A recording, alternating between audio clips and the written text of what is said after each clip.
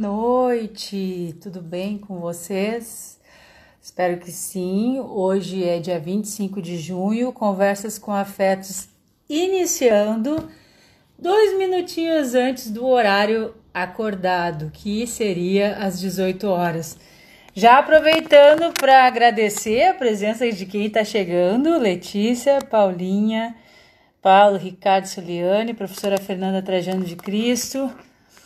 Nós vamos receber hoje um especial sobre as mulheres nos espaços do Poder Judiciário e a curadoria é da articulista Olívia Ricarte, que é lá de Roraima. Então agradeço aqui a Manuela, professora Alice. Quanto tempo, professora Alice? Muitos anos já. Um beijo no coração. A gente vai conversar com a professora Alice logo em seguida. Então, o tema hoje é a inclusão das mulheres nos espaços do Poder Judiciário. A proposta é que a curadora Olívia Ricarte trouxe foi trazendo, então, apresentando 3 convidadas, que eu vou deixar para ela a incumbência de apresentar o currículo e dando aspectos gerais da nossa conversa com afetos. É uma iniciativa que surgiu nessa época preocupada com o nosso momento de pandemia, também de utilizar de uma maneira útil. Obrigada, professora. A senhora tem que vir aqui também, tá? A gente tem que conversar sobre o seu livro, que também é uma coisa muito importante. Esse espaço, então, é para dar visibilidade, né, a protagonistas de diferentes regiões do Brasil, de outros países, apontando aspectos importantes que não só reverberem nesse momento da pandemia, mas que acabam muitas vezes se acentuando, né, nesse período em razão justamente de que a gente tem uma possibilidade de refletir melhor sobre os problemas, ou que os problemas, a ausência do olhar sobre esses aspectos como os direitos das mulheres se tornam mais evidentes. Então, a Olívia já chegou, eu vou chamar a Olívia vai apresentar o currículo e daí a gente vai conversando para aproveitar esse tempo das convidadas. Olívia, já estou passando a bola para ela fazer essas boas-vindas às professoras, lembrando que essa tela só pode 2 pessoas, então vou chamar uma de cada vez, né? Mas com muita alegria que a gente recebe a proposta temática do Conversas com Afetos a partir da recomendação da Olívia. Boa noite! Boa noite! Tudo bem? Boa tarde aqui ainda em Roraima, porque aqui são 17 horas. E aí, guria, apresenta a nossa turma de hoje, de mulheres super especiais. Antes de apresentar a nossa turma, uma convidada já chegou. Antes de apresentar a nossa turma, eu queria falar aqui para os amigos presentes que essa live tem toda uma razão de ser. A Carmela me chamou para ser curadora, e quando a gente é curadora de uma live, quer dizer que a gente tem direito e a escolher um tema com a licença aqui, licença poética do nome do seu projeto, né? Que a gente tem afeto, um tema que a gente tem afeto, né? E pessoas que a gente admira dentro desse tema. E então, essas escolhas que eu fiz para a live de hoje são muito especiais e tem muito a ver comigo e tem muito a ver com a minha parça, Carmela, porque a gente está junto aí nesse projeto aí, né? Eu sou uma das participantes com muita honra. E aí eu queria falar para os amigos aqui que esse tema é muito especial. Outra convidada já entrou, surpresa. Não estou falando o nome de ninguém ainda, hein? E queria dizer também, queria homenagear também todas que fizeram essa live possível até o dia de hoje. A gente vai falar das nossas lutas atuais, né, por ocupar mais espaços no poder judiciário, porque a gente ainda tem muitos espaços para serem ocupados, mas alguns desses espaços que a gente conquista para ocupar, o direito de ocupá-los foi conquista de uma luta feita há anos atrás por gerações anteriores às nossas. Então, eu quero homenagear, dedicar essa live para todas as mulheres que lutaram até aqui e abriram espaço para a gente.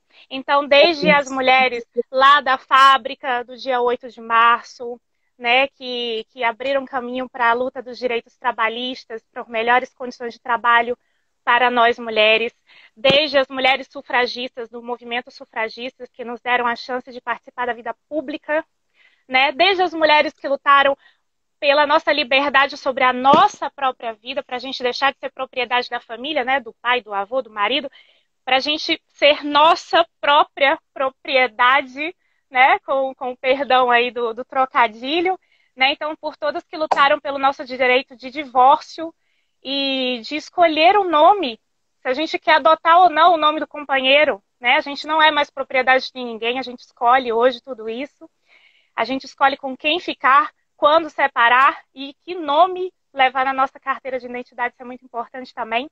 E todas as mulheres também que lutaram pela liberdade sexual. Liberdade sexual que eu digo é todo o espectro da sexualidade, né? A liberdade de ir e vir com a roupa que quiser, a liberdade de usar anticoncepcional e ter o controle sobre a própria fertilidade, a liberdade de se relacionar com quem quiser, né? Quando quiser e como bem quiser.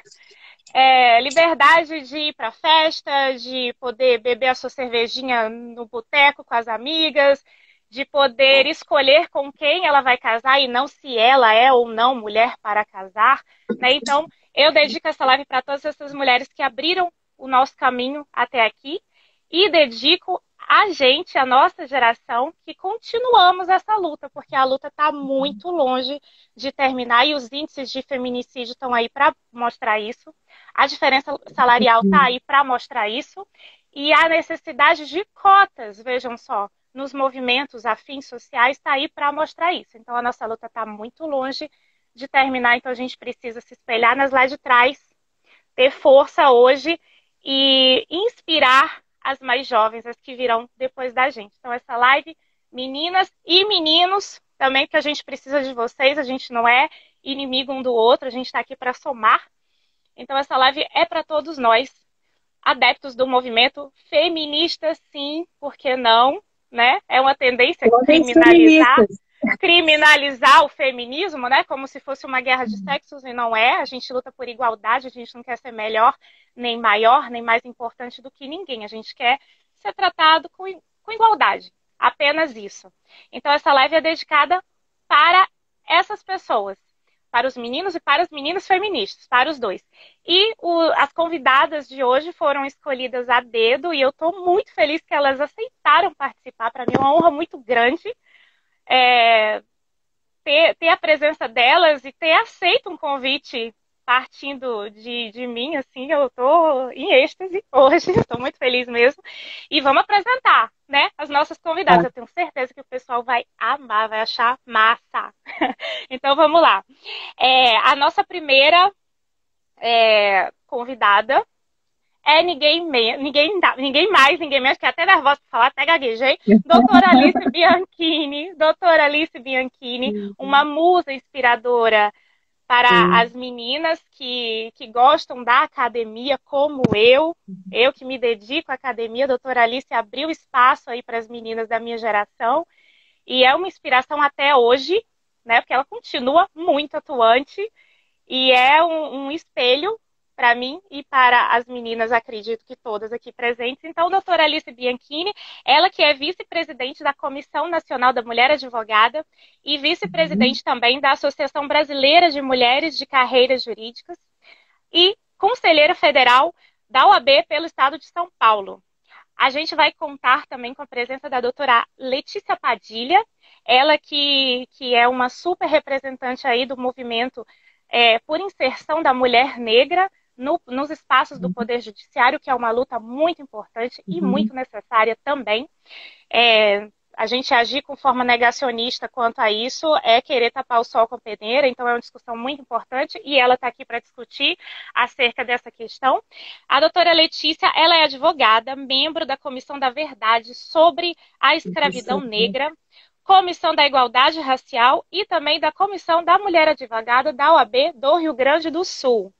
E, por fim, para finalizar, a gente vai trazer uma musa inspiradora da minha vida, que eu tenho a sorte de conviver no dia a dia com ela, que é a doutora Florani Mota, que é a idealizadora, gente, do movimento Mais Mulheres na OAB, que mudou os rumos da minha própria carreira e de muitas mulheres pelo Brasil afora. E foi a partir desse movimento, ela vai explicar melhor, mas resumindo, foi a partir desse movimento que muitas mulheres ganharam força dentro da instituição e conseguiram ocupar mais espaços ainda. Então, ela é a idealizadora desse movimento e ela vai contar um pouco para a gente como é sair do discurso e conseguir resultado prático, o que é muito incrível. A doutora Florani é advogada aqui em Roraima, idealizadora, como eu já falei, do Movimento Mais Mulheres na OAB e atualmente ela é presidente da Associação Roraimense de Advocacia Trabalhista. Então, estão aí apresentadas minhas 3 convidadas, minhas 3 estrelas, e agora o palco é todo delas. Sejam muito bem-vindas. Boa sorte, Carmela, você também que é uma super representante de mulheres que atuam aí por mais espaços no Poder Judiciário. Então, passa a bola para você. É contigo, Carmela. Obrigada, Olivia. Eu sei que tu tem uma conferência às 20 horas para dar na Colômbia, certo? Isso, República Dominicana. A mediação é da República Dominicana. Vou deixar aqui as duas janelas abertas. Estou de olho aqui nas 2 conferências, porque mulheres são assim, afinal de contas. Então, se vocês souberem, se ela por acaso sair, vocês já saibam que ela está se dividindo em 2 lives. E agradecendo, Olivia, pela tua excepcional apresentação do tema, que eu acho que é muito importante. E pela essa parceria que a gente tem, amizade de anos, embora a gente tenha se visto muito pouco ainda, eu espero poder viajar mais para ir para tua terra e a gente, assim como tu vir para cá, para a gente estar junto. Você tá famosíssima hoje aqui em Roraima, nem te conto. Ou a gente se encontrar num país aí latino-americano ou fora enfim, dos nossos territórios comuns próximos. Então, eu vou tirar tu aqui da telinha. Um beijo. Obrigada. Vou chamar a professora Olivia. Olivia não, chamar a professora Alice. Professora Alice, quanto tempo! Muito obrigada por estar aqui. Eu fico muito, muito, muito, muito feliz. E fico feliz e pela tua força, pelo teu empoderamento, pela referência, pela tua trajetória junto com o LFG, que é uma pessoa que também me marcou junto grandemente. Né? Tu sabe bem, eu visitava vocês ainda nos prédios da Avenida Paulista, pedindo apoio para o jornal e sempre que eu sempre fui muito bem recebida, mesmo naquela correria de vocês. Eu tenho imensa gratidão por isso e quero que tu saiba que eu tô grávida de 8 meses, que eu acho que eu comentei. E tô falando isso porque eu tô organizando um documentário e como tu aborda essa questão. Eu sei que a gente vai falar de espaços de poder, mas já falando para as outras convidadas e para quem está nos ouvindo, tem um documentário que eu estou organizando que é Avalie o Mundo sob o Olhar Materno, que é essa abordagem da maternidade e do feminismo no olhar da mulher e de homens feministas. Então, assim que eu for a São Paulo, passando esse nosso momento, certamente vou combinar contigo para a gente conversar um pouco sobre isso, e a gente vai buscar temas aqui, inclusive de exemplos de violência, né, contra a mulher, que eu sei que é uma das tuas especialidades há muito tempo de pesquisa, de estudo, e sei que agora a gente vai falar sobre essa questão da ocupação dos espaços do Poder Judiciário, mas eu não poderia deixar de mencionar pela enfim, a tua trajetória, né, acadêmica. Então, muito obrigada por estar aqui. Eu que agradeço, Carmela. Uma delícia estar com você. Fazia tempo que a gente não se via, né? Então, muito obrigada pelas essas palavras iniciais. É uma alegria estar com a Carmela, uma alegria estar com a Olivia. Olivia, que pessoa querida, que pessoa afetuosa, já que a gente está nesse espaço de afetos, né? E também uma É. delícia estar com a Letícia e com a Florani. Então, obrigado todos vocês que estão aí participando. Esse é um tema que é um tema importantíssimo, né? Essa participação. E a gente começa falando de uma questão que eu acho importante, porque a gente já sabe o drama que é a participação das mulheres em espaço de poder, seja no sistema OAB, seja no judiciário, no Ministério Público, nem tanto, olha que interessante, quando a gente vai para a área da justiça trabalhista, porque na área da justiça trabalhista, principalmente do Ministério Público do Trabalho, eu já estive observando lá, e o pessoal está pedindo cota, mas são os homens que estão pedindo cota, eles estão dizendo assim, puxa vida, daqui a pouco não tem espaço para a gente. E aí a Ah, gente percebe uma coisa interessante, Carmela, que efetivamente essa questão das cotas, né, falando um pouquinho das cotas, elas, claro, ninguém gosta de cotas, ninguém gostaria que tivesse cotas, mas ela é necessária, porém ela não é suficiente. Então não é só que nós temos que ter cota, nós temos que avançar na questão das cotas, né? Então se a gente for pegar esse exemplo que aconteceu agora nas últimas eleições de 2018, em que nós tivemos, então, o aumento em dobro da participação da mulher no parlamento, e que a gente tem que esclarecer é o seguinte, era muito pequena a participação da mulher no parlamento, tendo aumentado o dobro, ainda continuou muito pequena, sendo que o Brasil sim. é dos países que está lá, lanterninha, né, um dos últimos países de participação da mulher na política. Então, mas por que nós tivemos esse aumento de dobro da participação da mulher na política nas últimas eleições, agora em 2018? Tivemos a cota? Temos a cota. Mas o que foi mais importante foi exatamente aquelas decisões dos tribunais superiores em que determinou que não só o 30%, mas também a questão dos 30% dos valores da candidatura, né? Para incentivar a candidatura das mulheres, a participação das mulheres Isso é verdade. na TV e na rádio. Então, é um pouco mais do que somente cota. Só cota não adianta. E aí eu sempre falo uma questão importante, né? Quando a gente está falando da questão do teto de vidro, né? Aquela situação delicada da vida das mulheres, em que a gente chega até um determinado patamar e a gente não consegue ir adiante daquilo. E aí as pessoas dizem, mas é porque as mulheres têm que participar mais da política, as mulheres não gostam de política, não gostam de participar.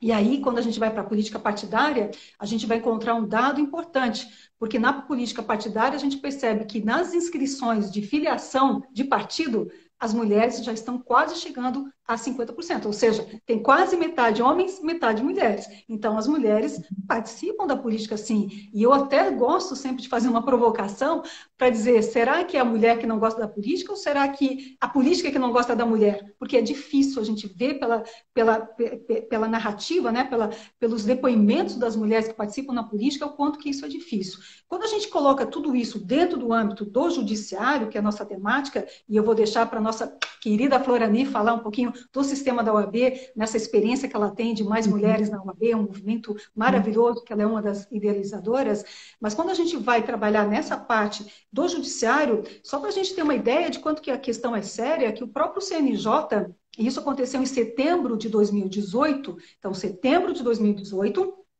CNJ institui uma resolução para criar uma política nacional de incentivo à participação institucional feminina no Poder Judiciário. Então, essa é uma resolução de setembro de 2018. Carmen Lúcia, inclusive, que assina essa resolução. E nessa resolução dizia que deveria ser instituído um grupo de trabalho para estabelecer quais seriam essas políticas de incentivo. Porque a resolução deixou tudo muito, muito aberto.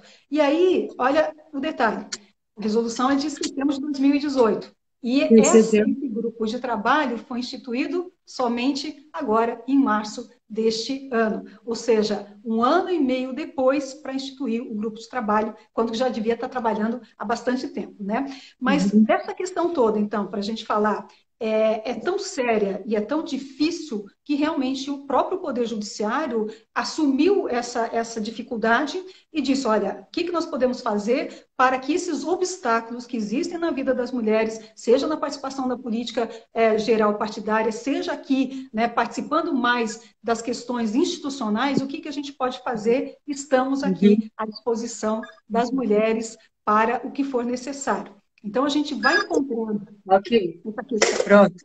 Opa, deu certo? Vamos lá. É isso, né?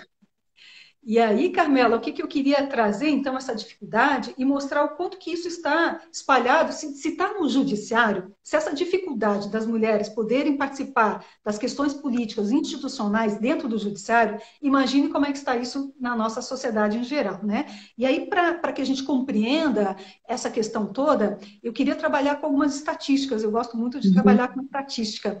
E a primeira estatística que eu queria trabalhar é uma super atual, é de março agora deste ano, né, antes da pandemia, foi feita essa pesquisa aqui no Brasil. Na verdade, é uma pesquisa que foi feita em muitos lugares, né, em vários países, inclusive no Brasil. E no Brasil identificou que quase 90% dos entrevistados, que constituíam homens e mulheres, têm preconceitos em relação à mulher, e os principais preconceitos, o que aparecem com mais frequência, é exatamente entendendo que a mulher não tem jeito para a política, que a mulher não é boa para a política, que a mulher não Na deveria direção também não.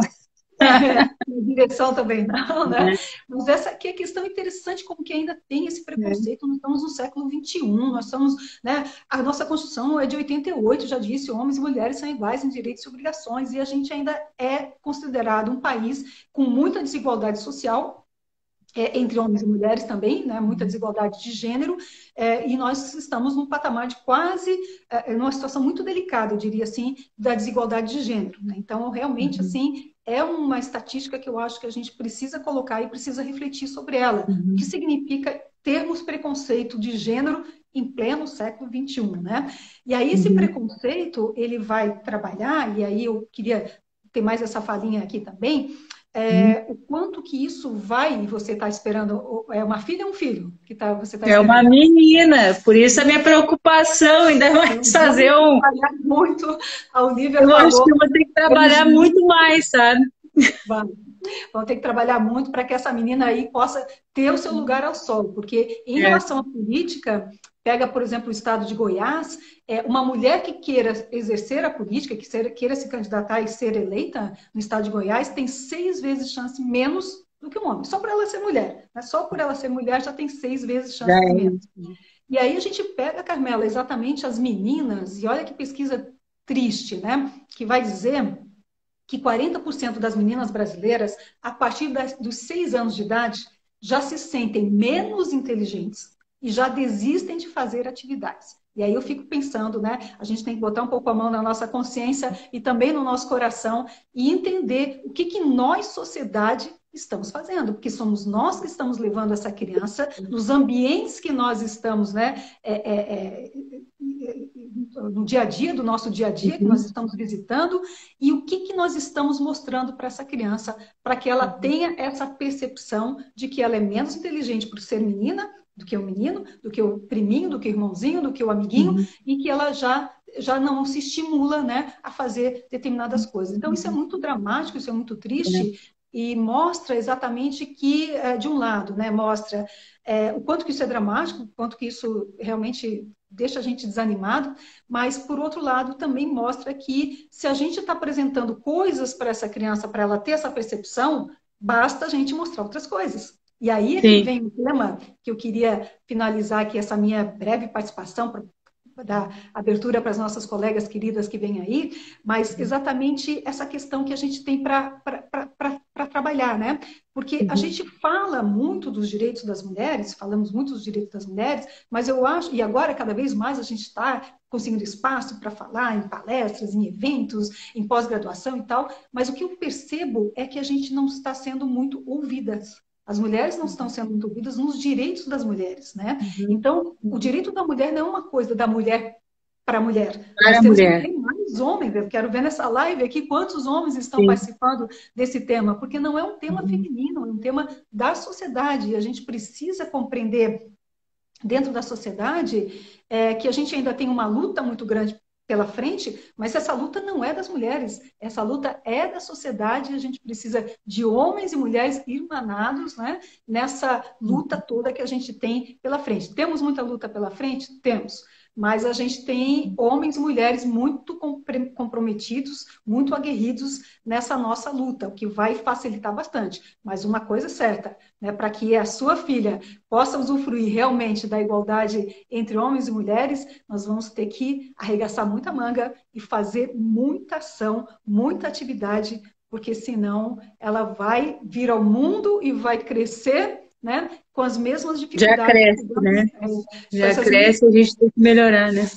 Temos que melhorar. Chegando ao ponto da gente encontrar, e a última estatística, e eu termino por aqui, ao ponto de uma pesquisa que foi feita em 2018, dezembro de 2018, mostrar que 45% das mulheres, desculpe, 41% das mulheres brasileiras têm medo de lutar pelos seus direitos. Então, fica muito difícil mesmo imaginar, nesse contexto todo, né, do que eu me referi de números, de pesquisas que dizem respeito a como que está a posição da mulher aqui no Brasil, a gente imaginar que essas mulheres vão lutar por seus espaços de poder, né? Se 41% não consegue nem lutar pelos seus direitos, quanto mais por mais direitos. Então, realmente, a gente tem um caminho muito longo pela frente, mas, por sorte, a gente conta com mulheres tão aguerridas como a Carmela, quanto a Olivia, quanto a Letícia, quanto a Florani e tantas outras que a gente conhece, que estamos todas juntas nessa luta.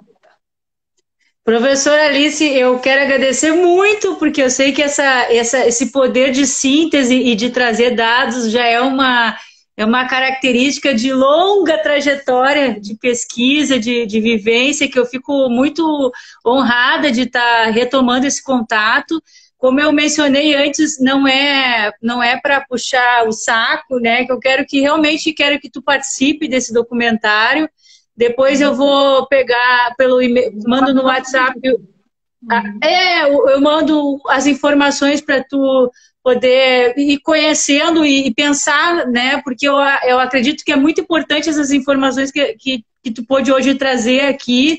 E até eu tô com o computador aberto aqui enquanto tu falava, eu coloquei aqui a resolução que a professora Alice mencionou, é a 255 de 2018, do CNJ, quem tiver interesse em assistir, em ler, em pesquisar. E mais uma vez eu vou estar em breve, né? Daí talvez provavelmente junto com a Eva Lee, que é o nome da minha filha, mas eu vou estar visitando com o cinegrafista, porque tu faz parte dessa luta, né, desse protagonismo das mulheres no âmbito da pesquisa, no âmbito da inovação, da popularização do conhecimento do direito.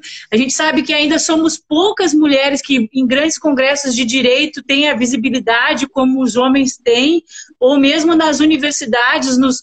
Hoje, recentemente, há poucos dias, a CAPES divulgou as pesquisas que foram financiadas, e tinha muito menos, assim, um número muito reduzido de mulheres, né, que concederam as bolsas de pesquisas. Então isso é uma preocupação e vejo com péssimos olhos, assim, ainda, agora eu estou no doutorado, fazendo doutorado em outro país com ensino à distância, e vejo que mesmo que a gente fale que a gente vive em pandemia e numa situação atípica, é difícil as pessoas entenderem o fato de tu ser mãe, tu ser advogada, tu ser editora, tu ser ativista e tu ser gestante com 8 meses de gravidez.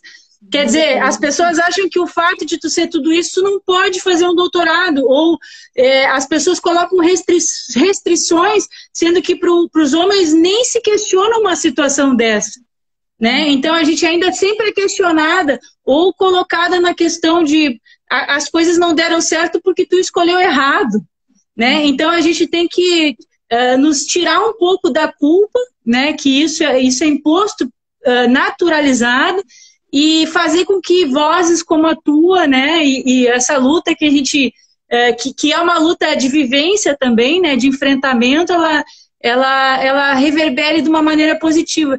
Eu mando um grande beijo no teu coração. Muito obrigada por estar aqui. E eu vou estar logo contigo dando esse beijo e esse abraço afetuoso que tu merece profundamente. Muito obrigada. Obrigada. Um beijo. Fica com Deus. Beijo. Vou tirar a Alice agora daqui. Professora Alice, então, Bianchini, que é uma pessoa extremamente importante para a trajetória do Jornal Estado de Direito, junto com o professor Luiz Flávio Gomes, foram pessoas que, lá no início da trajetória minha como pesquisadora, como ativista da popularização do direito como instrumento de cidadania e protagonismo social, me impulsionaram, né, me deram braços, e quando ainda as dificuldades para a mulher já é difícil, então, naquela época, ainda me lembro uma vez que perguntaram para mim como é que eu iria pagar a conta de um evento gratuito que eu fiz para mais de quase 2.000 pessoas em Brasília, e o professor Luiz Flávio Gomes estava do lado, e ele disse, e eu comentei com ele, porque foi a rede que pagou, a rede Luiz Flávio que me ajudou a pagar, e daí eu disse para ele, olha, as pessoas acham que eu não vou pagar a conta, né? Porque eu fiz um evento muito grande, eu era muito nova realmente, né? Mas mesmo sendo muito nova, pessoas como a professora Alice, o professor Luiz Flávio, me deram esse respaldo, me deram esse apoio, que não é um apoio fácil.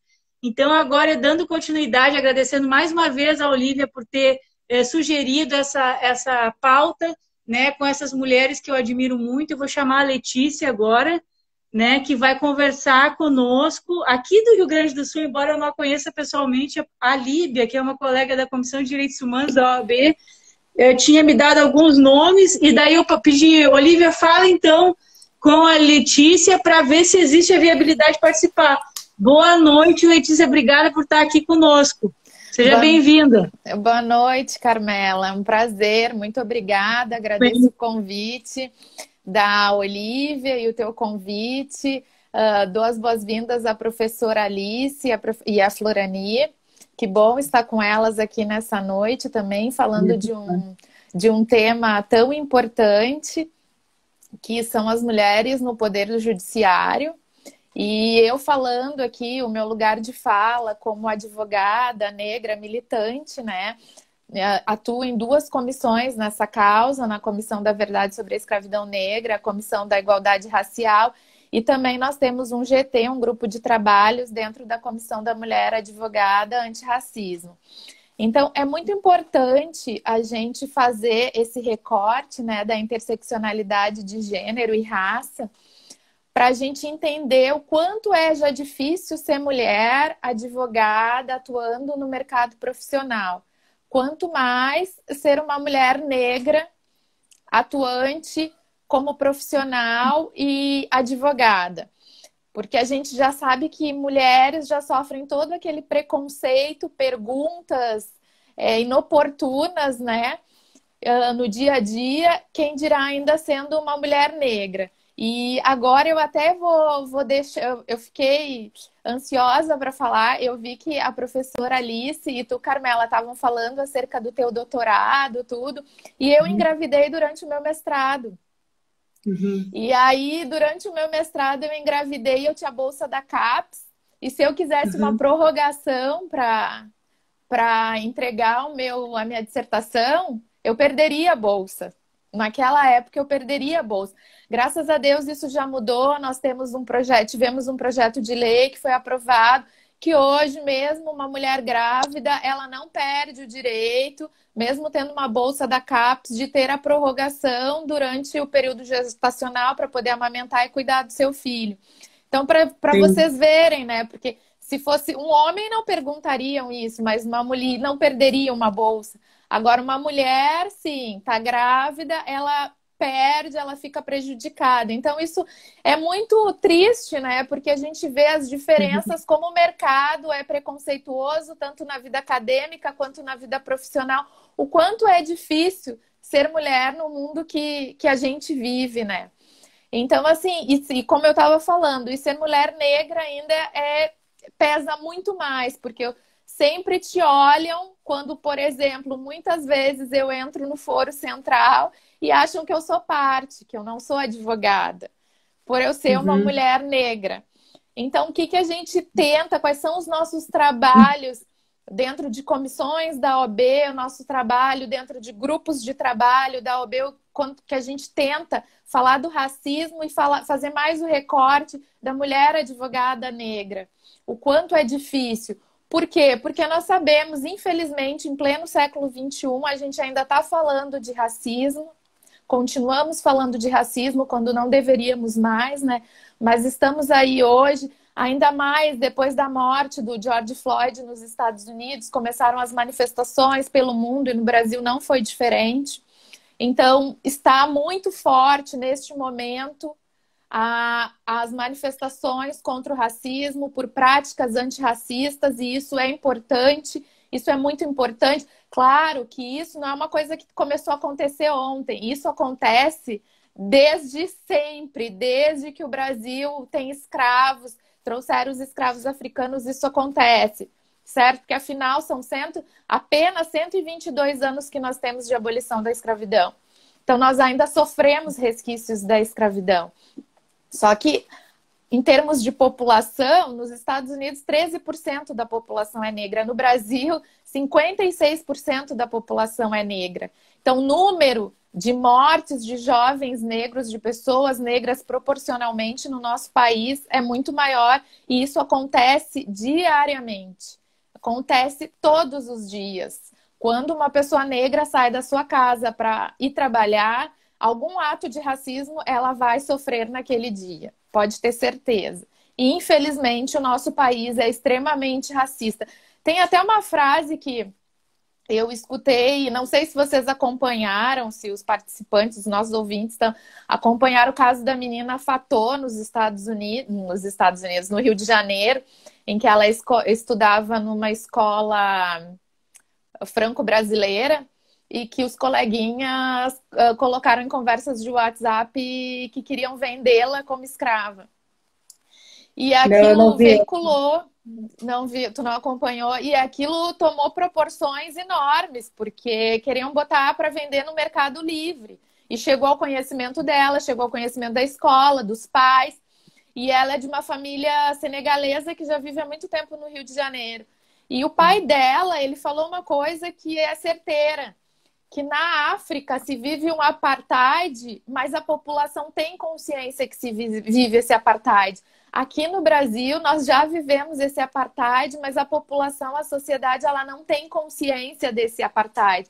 A gente vive uma segregação, e isso é muito sério, isso é muito forte. E as pessoas preferem, em sua maioria, não falar sobre esse tema. E esse tema é extremamente relevante, porque uma pessoa ela não pode ser julgada apenas pela sua cor de pele. Ela é muito mais do que isso, ela tem muito mais do que a cor de pele para oferecer, entende? Só que as pessoas negras como eu, elas são julgadas, têm a sua capacidade julgada só pela cor de pele. E isso é inadmissível. E por isso que ainda, em pleno século XXI, a gente precisa falar do racismo, a gente precisa falar das práticas antirracistas, e não é só o negro que tem que lutar contra o racismo. Não sou eu, como negra, como mulher negra, que tem que lutar contra o racismo. É toda a sociedade, é o todo. Se nós, como sociedade, não lutarmos contra o racismo, nós vamos continuar diariamente enfrentando e escutando histórias como a do menino João Pedro, como a do menino Miguel, de 5 anos, que foi colocado sozinho num elevador. É muito triste a gente ter esse tipo de notícias diariamente, sabendo que a única coisa que se trata é a cor da pele. Então, é muito triste. E eu, como advogada, que sei que todos os dias eu vou ter, quando eu saio para trabalhar, algum ato de racismo eu vou sofrer, eu luto diariamente por ir contra o racismo, luto por mim, luto pela minha família, luto por nós, luto pelas crianças, porque são as nossas esperanças, é a nossa esperança de que o mundo possa ser um pouco melhor, em que não haja diferença de julgamentos, diferenças de pessoas apenas pela cor de pele. Porque uma criança negra, ela entende muito cedo o que é ser negro. Porque muito cedo ela sofre uma prática racista. E a criança é o ser mais puro que existe. Ela não deveria passar por isso. E, infelizmente, ela passa. E, infelizmente, uma criança com 6, 7 anos, no meu caso, foi assim. Eu descobri o que era o racismo.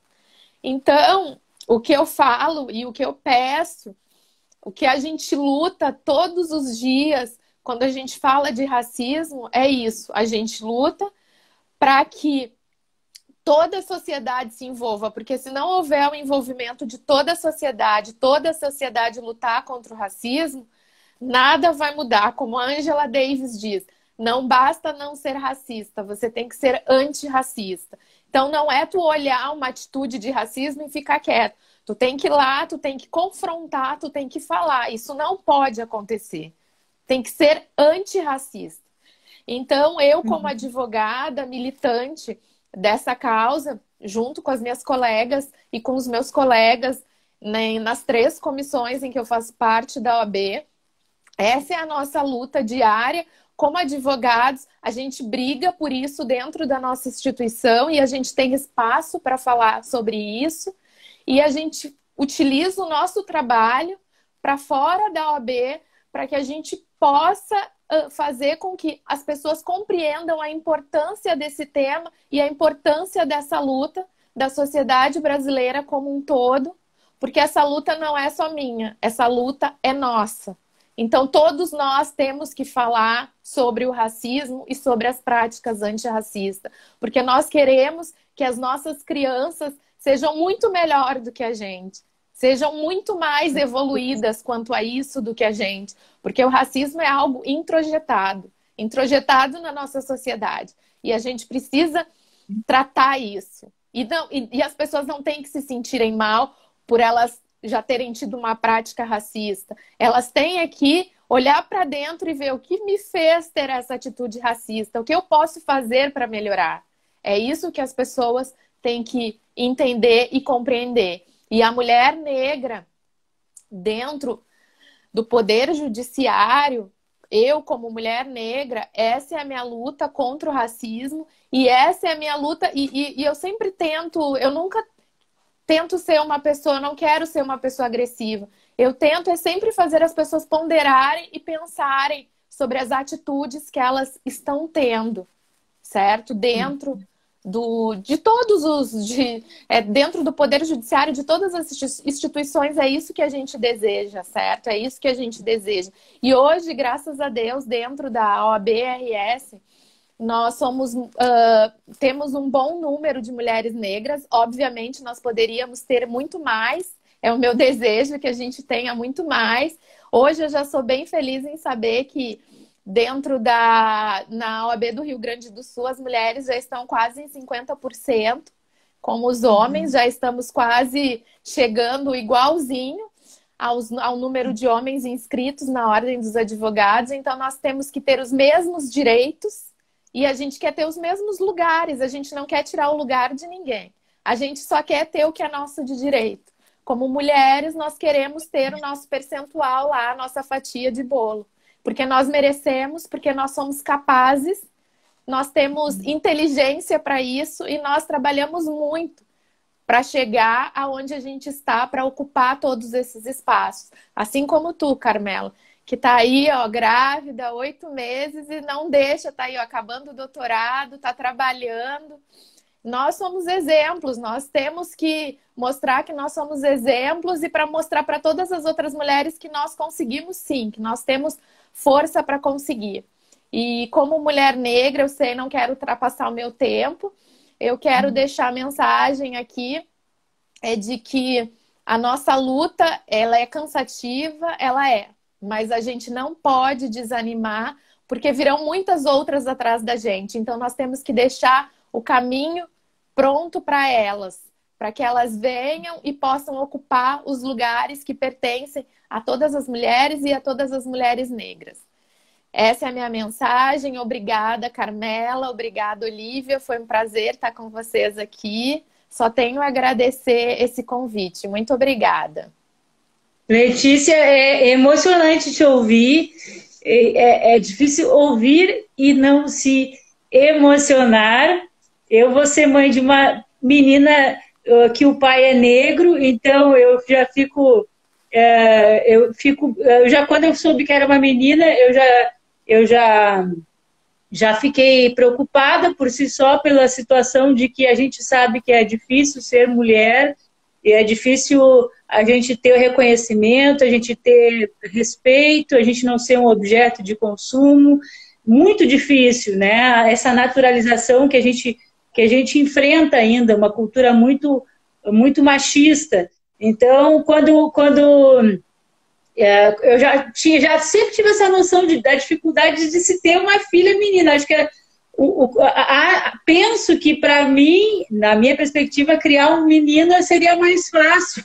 Assim, eu disse, eu vou ter que fazer muito mais por ela, sabe? Então, quando eu estava grávida, eu já sabia que ela vem com duas cargas de responsabilidade, de resistência, de simbolismo, que eu admiro muito, e o nome dela, um dos nomes é de origem africana. Eu fiz questão, quando eu conversei com o pai dela, para que tivesse, porque eu valorizo muito essa questão da ancestralidade, embora a minha ignorância ainda tenho muito a aprender, e me coloco muito numa obrigação como mãe, e até pelo que eu desejo para ela, de ela entender sobre a história e a ancestralidade dela, e para ela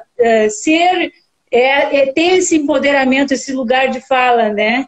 E porque a gente já sabe desses problemas. Então, eu quero te dizer que é muito inspirador poder realmente te ouvir, e não posso me colocar no teu lugar, né? Assim, porque eu não sofri as coisas que tu sofreu, mas eu posso ouvir, me sensibilizar, procurar dentro daquilo que eu sou, fazer algo que eu possa potencializar os lugares de fala, como eu tenho procurado fazer.